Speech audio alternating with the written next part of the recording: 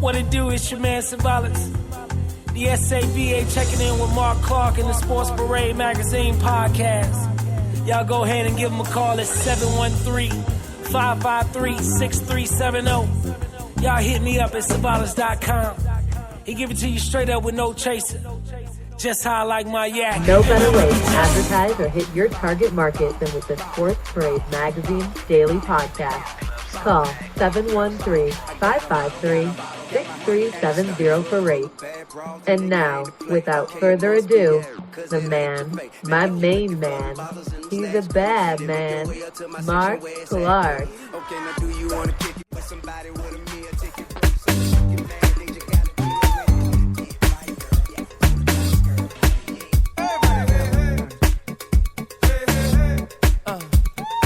Welcome to the Sports Parade Magazine Daily Podcast. We're going to have a special feature, a new feature this year. We're going to follow up all of the exciting NFL action with a prediction of all the games. So we're going to pick all of the NFL games this week coming up, starting with tonight's game, the New England Patriots and the New York Jets on the Sports Parade Magazine Daily Podcast. Excited about that. Once again, this is your boy, Mark Clark, and you heard the lady, the man that gives it to you straight with no chaser. As always, hit me up at Mark's Word or at Sports Parade Mag, at Mark's Word or at Sports Parade Mag, or as always, follow me online, Sports Parade Magazine Daily Podcast, sportsparademagazine.com. And you know what? The fastest growing podcast in the country, Sports Podcast, over 44,000 listeners, and we're very proud of that. But before we get into our NFL pick'em, we have little storm clouds brewing. That's right. Stormy weather. The NCAA may be able to crack down on a gold roll tide because Yahoo Sports reports this morning that five SEC players may be involved in some illegal doings involving money, including DJ Fluker, now the San Diego Chargers offensive lineman who helped Alabama win the 2012 national championship. Now, the way the story allegedly goes is that ex-player, a lineman for Alabama, Luther Davis, served as the go-between between five other key Alabama players in this money scheme involving who else? Agents. Let's face it, baby. Let's face it. When you're talking about players and money, these guys are just seen as cash registers. They're ATM machines. And these agents will do anything by hook or crook, wine, women, song, money, whatever they have to do to get these guys to corrupt themselves.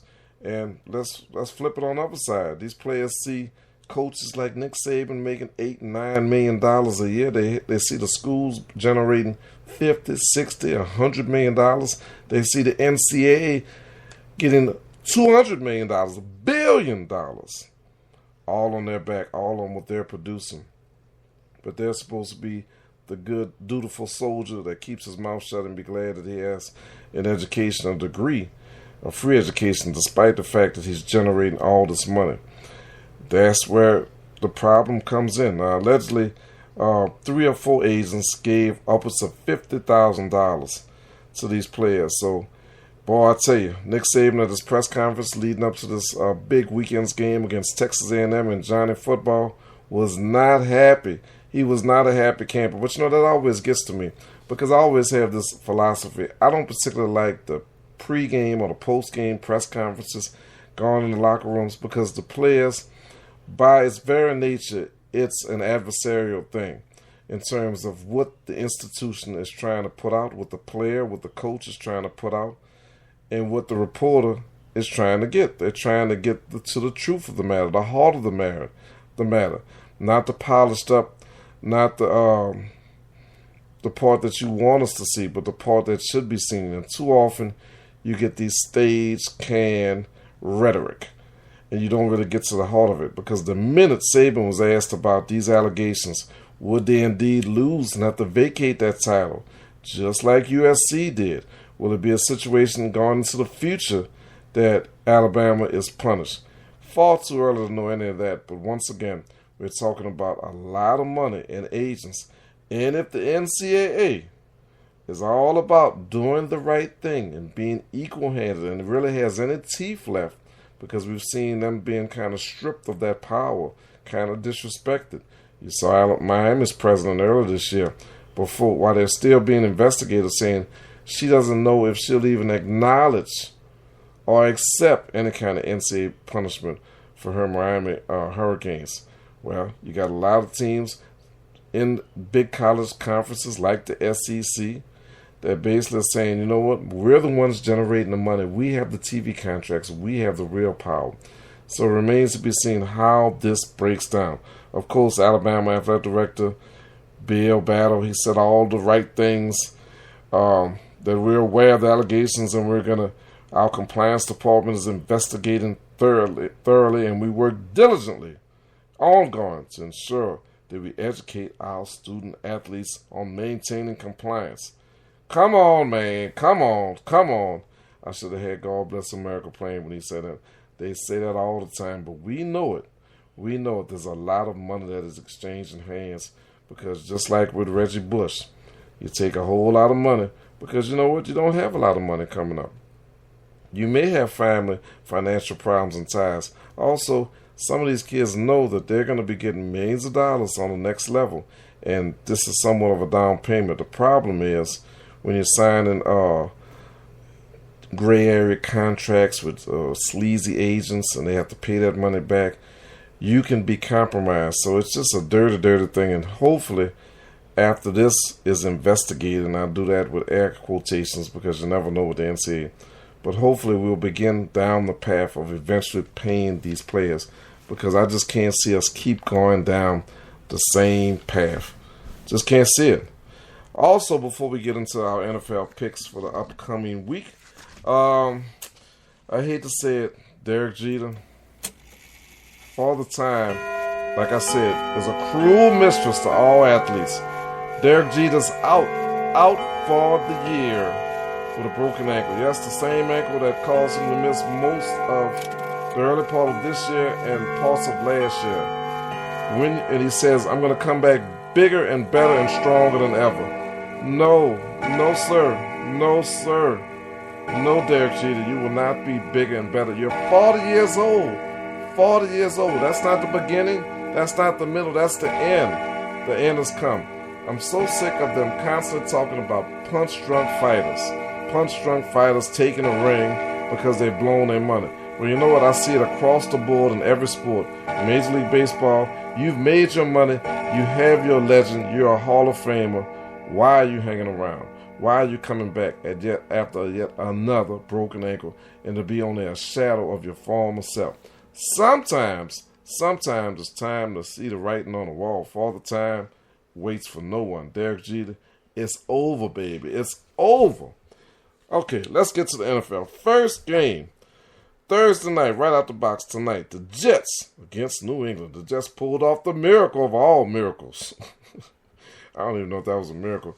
That was the buffoonery of the Tampa Bay Bucks that allowed them to win the game. But Geno Smith did show some good things.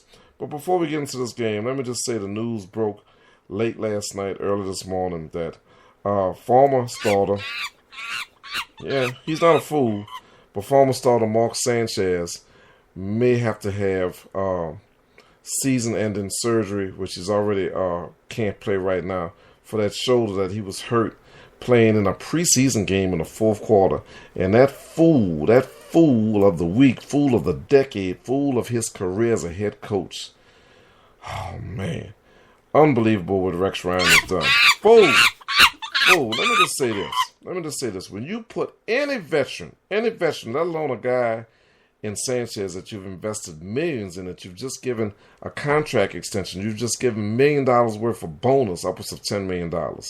But any veteran, and you're putting him in a preseason game in the waning moments of the fourth quarter, playing with a line that includes a bunch of people that are going to be wrangling carts at Walmart, playing against a defensive team that's also a bunch of Walmart baggage handlers and cashiers in the near future.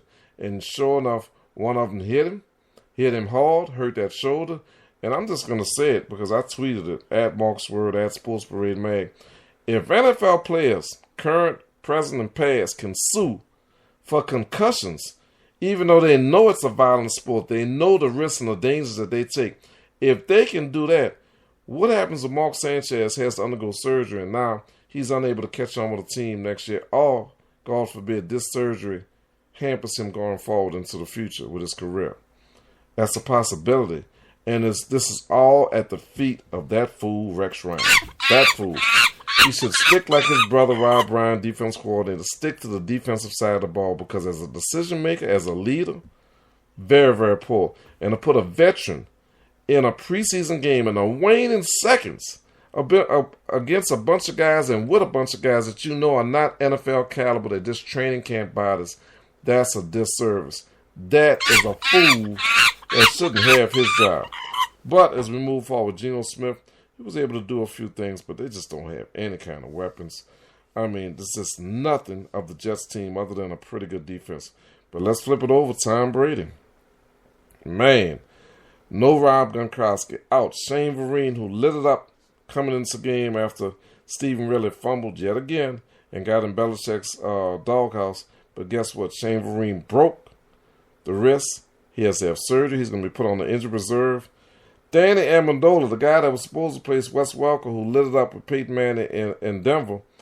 Now, he's doubtful to play with a groin injury. This guy just stays hurt over and over and over again. Why you thought he's going to last a year, half a year, even in 4 games is beyond me.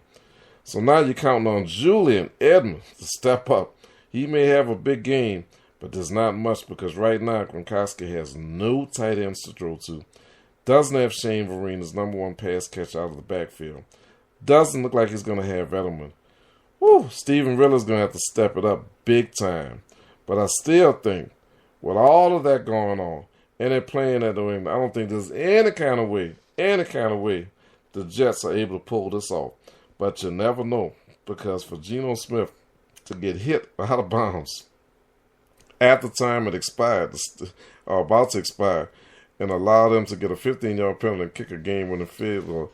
Anything can happen, but I don't think it. I think the Patriots win easily in this game, but I think it'll be an ugly dog of a game. Okay, St. Louis at Atlanta. Atlanta, we took the beat down from the Saints. The Dirty Birds got cooked, plucked. St. Louis, pretty solid team. But let me tell you something. There's some storm clouds. I'm telling you, there's some storm clouds. Storm clouds in Atlanta. Roddy White, they hid this high ankle sprain. It was evident because he was only a shell of himself, just a decoy in New Orleans. Now, Julio Jones, who had a good game against the Saints, mysteriously, his knee is hurt. He can't practice this week. What's that all about? They kind of covered that up. They didn't report that. Did not report that as an injury. So it remains to be seen. Will he practice today? Will he practice Friday? Will he go through pregame warm-ups this Sunday? Because if you don't have Roddy White and you don't have Julio Jones, it's going to be extremely hard because let me say something. St. Louis has a very good defensive front. They put a lot of heat. They can get some sacks, and they've improved in the defensive backfield with Cortland Finnegan and Janoris Jenkins. And if you're Matty Ice and your only real target is Tony Gonzalez and Harry Douglas, the third receiver, that ain't a good fit, baby. That ain't good at all. And guess what? With that defensive front, Steven Jackson's going to find it's going to be a lot harder to run. But I can't imagine Atlanta starting the season 0-2. I can't imagine them getting in that hole. So I'm going to hold out and stick with Atlanta over St. Louis. Next game, Cleveland at Baltimore, at the Baltimore Ravens, defending Super Bowl champs Baltimore. Embarrassed in Denver on opening night. Really embarrassing. I'm going to pick this as an upset. I think Cleveland wins this game and sends the Ravens 0-2 as Super Bowl champs. The reason? Don't take long. Joe Flacco does not have Anquan Bolden. Does not have that guy that he really counts on. Jacoby Jones is supposed to step into that place. He's gone now for 4 to 5 weeks. And let me say something. Cleveland and Joe Hayden, the best cover corner, the new version of Revis Island, a better version. He shuts down everybody, as evident the way he shut down in Miami Mike Wallace in the opening week. I think he takes away all of the options for Flacco, and I think it's just going to be a whole bunch of Ray Rice running the ball, and that's not a recipe for success. I think Trent Richardson got off to kind of a slow start, but I think Brandon Whedon has a good game. And couple that with Trent Richardson, I think Cleveland pulls off the upset and sends the Ravens to 0-2. Carolina at Buffalo. Well, let me just say this. Cam Newton did not get off to a good start. They're still favored in this game over Buffalo. I was really impressed with E.J. Manuel. I think he played very well. I think this is another upset. I think Buffalo pulls off the upset and beats Carolina because I don't think Cam Newton has the weapons. He just doesn't have the weapons.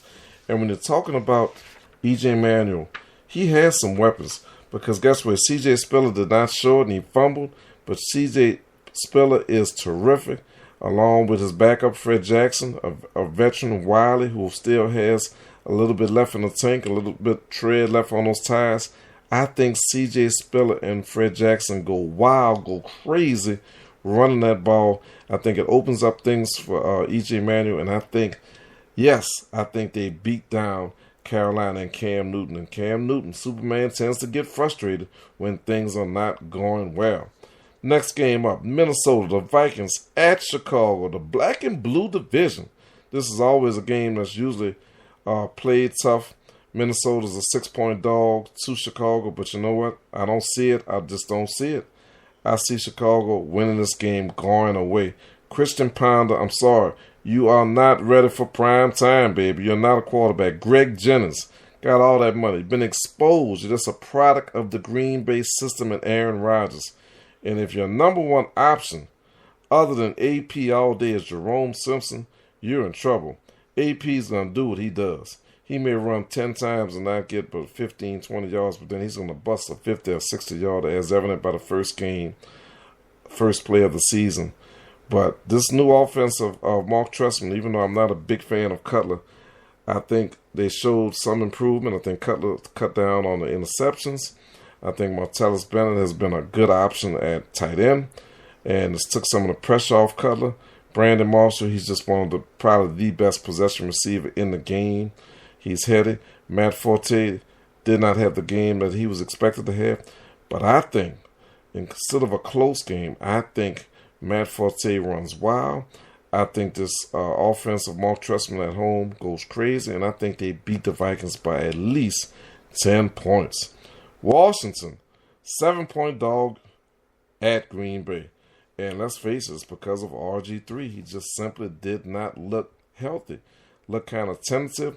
A lot of the throws, he was kind of shying away from the contact of rushing linemen. He was anticipating instead of waiting an extra millisecond or second to get that ball off, which resulted in throws that were behind the receivers, over the receiver's head. This is why you didn't see much from Pierre Garçon, who was supposed to be counted on. And he went more to Leonard Hankerson, which is more of a third-tier receiver. But that was more of the safer option, given the fact that Pierre Garçon had to have that ball deep and on time. And RG3, simply because of that knee, because of not facing that live bullets, is simply not ready for prime time. As for Green Bay, I think they're helped by the addition of rookie running back Eddie Lacy. He looked very good. And I think at the end of the day, Washington, you're headed to 0-2. So all of the hype, all of the hope in Redskin country for a potential Super Bowl, you're going to have a deep, deep hole to climb out of the NFC East rather. I think Green Bay puts a beating on you. Green Bay bounces back after they lost, and I think they beat Washington by 2 touchdowns. Tennessee at Houston. Whew, Houston's almost a 10-point favorite. I don't know why, because let me tell you something. Texans played like damn dogs in that first game. I'm sorry, baby. That last Monday night game to close out the opening weekend, they did not play well. They needed a hope and a prayer and a miracle and a big fourth quarter comeback to beat the hapless San Diego Chargers. Tennessee, you got a defense that's improved under that pariah, which I don't even want to name his name, Williams, the defense coordinator of Bounty Gate fame. But guess what? They playing a lot better defense. But on offense, oh man, it's just Jake Locker's just. I mean, man, he's all right, but he's more suited to be a backup. Kenny Britt and Nate Washington, terrific talents, but they both always hurt. They roller coaster. They stock your own stock type players. You never know if they're up or they're down or what they're going to do. Chris Johnson, you thought he would do a little bit better given the fact that the offensive line, but they only ran for 70 yards. Aaron Foster, same thing as RG3. It didn't look that good, but still managed to do little things. And then Ben Tate looked dynamic. I think Aaron Foster, they're at home. Ben Tate, I think they go crazy, and I think they beat Tennessee down. I think they finally show the promise that the fans want to see, not that start that they had in San Diego. And I think they may win this game by over 2 touchdowns. That's my prediction. Miami at Indianapolis. This is basically a pick'em game. They're favoring the Colts by 3 points. Let me just say, Andrew Luck is the reason. Andrew Luck has been dynamic, given the fact of the footsteps he had to walk in, the shoes he had to fill, the legacy of Peyton Manning. He's been terrific coming into the league as a freshman. As a rookie. He's just done everything that's been asked of him. You can't ask of any more. They try to give him more offensive of a dynamic, a running game with Ahmad Bradshaw, who, like a lot of older players, hasn't really played, look a little rusty. It remains to be seen whether he has any oomph left in him. But even without that, I think they have enough to beat Miami. But you know what? I'm going to pick Miami as an upset. I'm going to pick, even though I'm not impressed with Ryan Tannehill, I think he does connect a couple of times with Mike Wallace, who was shut down by Hayden in Cleveland. I think they bounce back and they beat the Colts at home in Indianapolis. And I think rookie running back Lamar Miller has his national debut breakout game, running for 120 yards on a touchdown. And Miami's defense holds off the Colts in a tight one, but I think the Colts pull off the upset. Dallas at Kansas City. Tell me why Dallas is favored by 2 points. I don't know. Don't know. Tell me. Because guess what? Yeah, they won the game, but you talk about some storm crowds, baby. You talk about some storm crowds. Woo! Look no further than Des Bryant, the guy that many said should be, Michael Irvin and company said may be an all-pro, not just an all-pro, but maybe offensive MVP of the league. Went down with a foot injury. Didn't look good on the sideline. Was fussing and complaining, slamming his helmet to the ground. But now they said, well, X-rays. Let me tell you something. We saw it with Maurice Jones-Drew last year. We saw it with Rashard Mendenhall. We can go on and on and on down the line. We saw it with Darren McFadden. We saw it with Pierre Garçon after he went off in the opening game last year against the Saints and never was to be seen from again. When you start talking about that foot, that's the base of athletes. That's their speed. That's their cutting, everything. And it's always, even though they don't want to use the term foot and Liz Frank in the same, it's always that war. So I'd be extremely concerned because Miles Austin is only, he's shown that he can't hold up to that kind of scrutiny of the number one cornerback or the injury risk, injury prone nature of himself.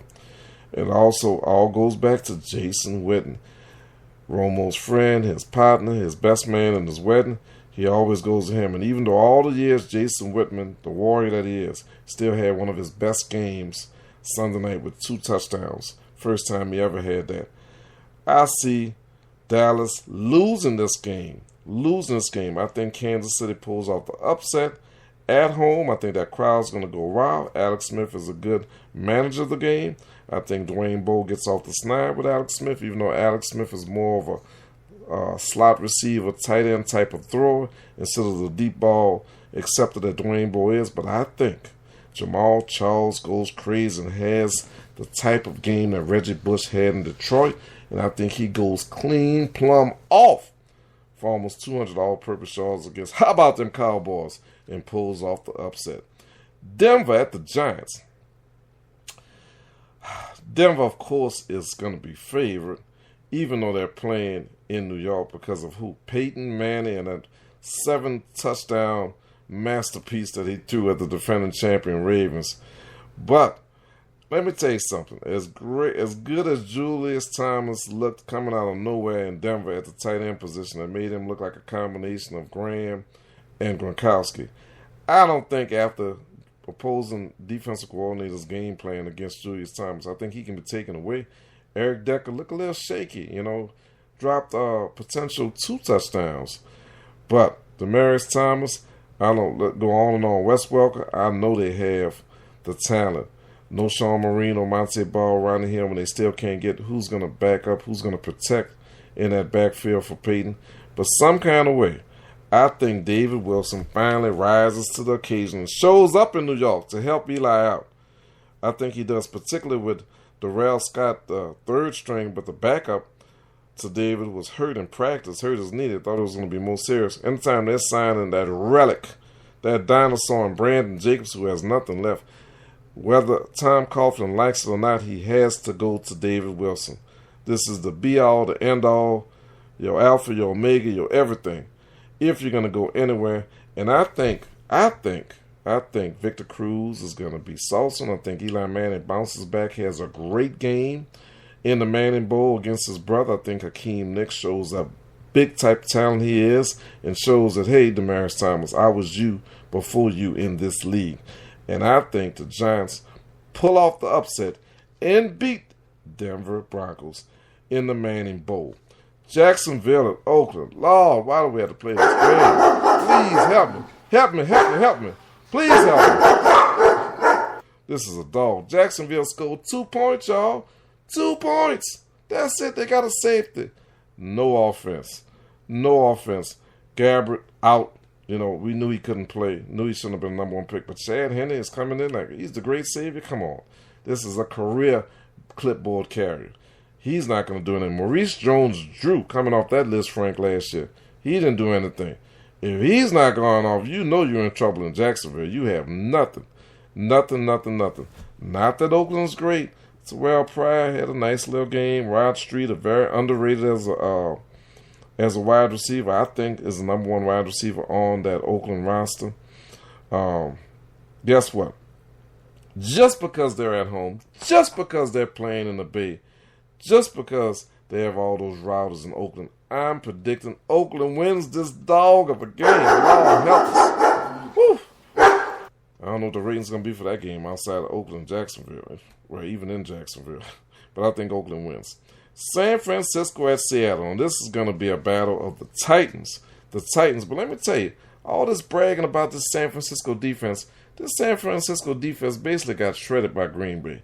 It wasn't like if they're that good, if they're that great, if they're stacked at the linebacker position, stacked up front, stacked in the backfield, why were you shredded by Green Bay? You tell me. I think there's some chinks in the armor. I think, particularly with Colin Kaepernick, you can't rely on Anquan Bolden for this game. I'll be damned. I don't understand how. I don't think Seattle, with the defense they have, are going to allow Anquan Bolden to beat them or Vernon Davis. They're going to say, okay, if you're going to beat us, you better beat us another way. You beat us, Colin Kaepernick, and guess what? They may put some fire on that fire like Kanye on that boy. Because any quarterback, let me explain something to you. I don't care how dynamic you are as a quarterback, this is not the life for you. And what I mean by that, running the ball, your body's not built for it. You put a little hit, you put a little fire, you lay that wood on that proverbial ass, guess what?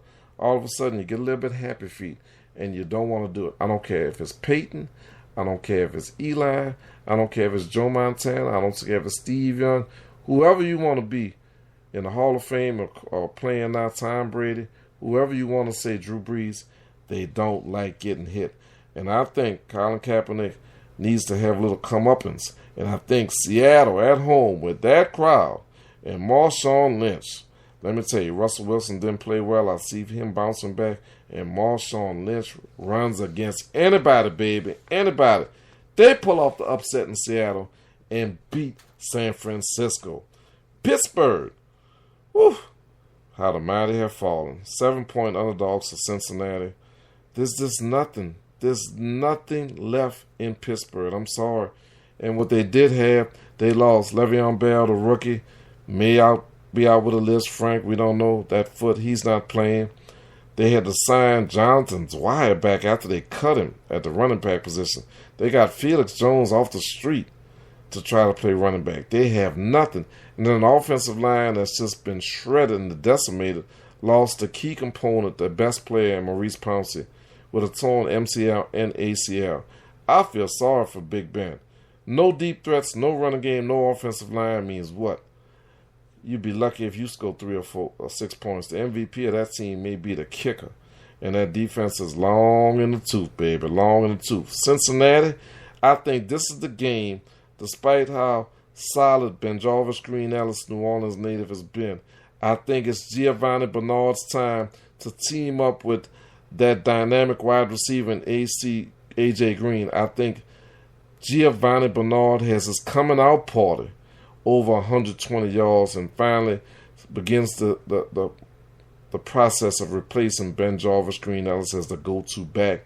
And I think Cincinnati wins this game big, y'all, maybe by 20-plus points. San Diego at Philadelphia. Whew, we saw San Diego, you all who we thought you were. All who we thought you were. Dogs.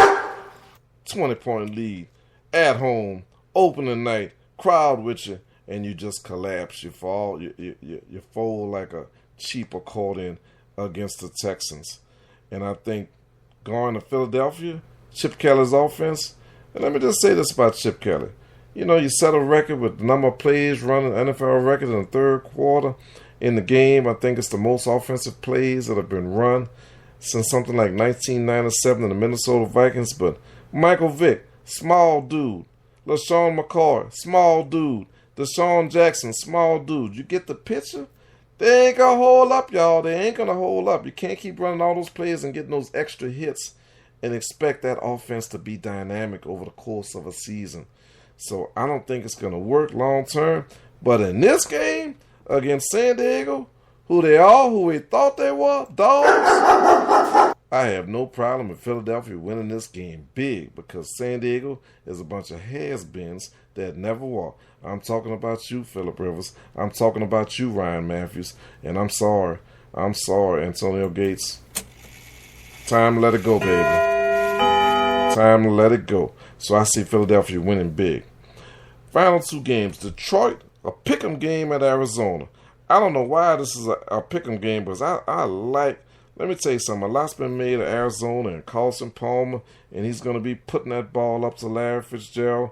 And Michael Flaw and Andre Roberts, the number 2 and 3 receivers, are going to have big games. They're all going to have big games. You know why they're all going to have big games? Simply put, they don't have no running game in Arizona. Anytime your main go-to man is Rashard Mendenhall, a has-been that never was in Pittsburgh, and now you're counting on him, no wonder Carson Palmer's going to be putting that ball up 40, 50, 55 times in a game. But that defensive front, including Sue, and you know Sue's a dirty boy. He's a dirty boy. You better watch out, Carson Palmer, because if he gets a hold of you, you may wake up 3 days later. And I just can't see anything that's going to stop Detroit in this game. So instead of a picket, I say it's going to be an upset. Detroit crushes Arizona, even at home. I think finally Calvin Johnson, they shut him down because they were double and triple teamed. I think he goes crazy. And Reggie Bush, if he can stay upright, Reggie Bush may get 150 and 50.